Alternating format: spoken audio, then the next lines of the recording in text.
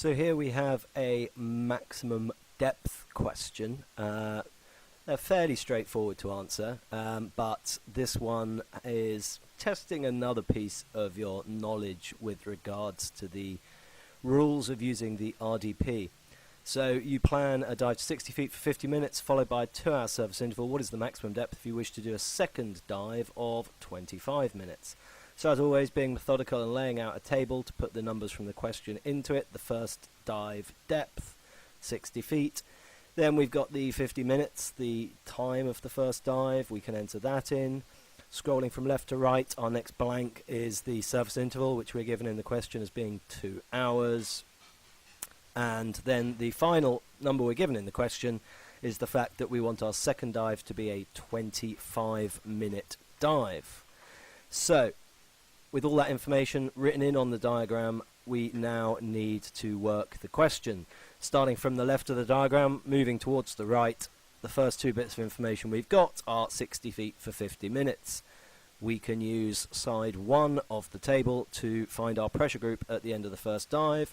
So the 60 feet column, and scrolling down, looking for either 50 minutes or greater. In this case, we're going to find the 52 box, and that puts us in pressure group U. So now we know we're in pressure group U, we can use the fact that we are doing a 2-hour surface interval to calculate what our pressure group will be at the end of the surface interval using the surface interval credit table. So pressure group U is the row. We're now scrolling across looking for 2 hours.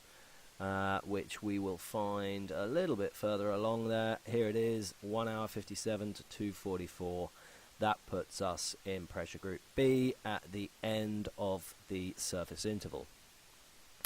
So now we can enter that information in on our diagram, and we realize we are in pressure group B, and we want to go to a unknown depth. But we know the time, 25 minutes. So if we're in pressure group B, we can just scroll up from the bottom of the B column until we find a number in blue that is 25 or greater.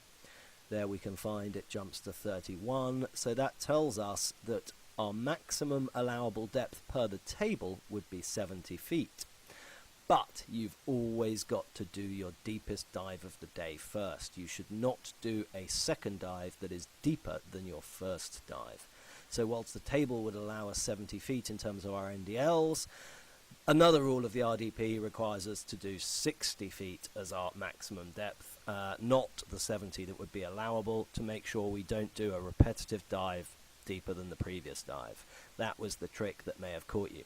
So if you want to find lots more tutorial videos, not only on the IDP, but on physics, physiology, equipment, skills in the environment, go to my website, www.goprocaribbean.com, and look at the dive theory section.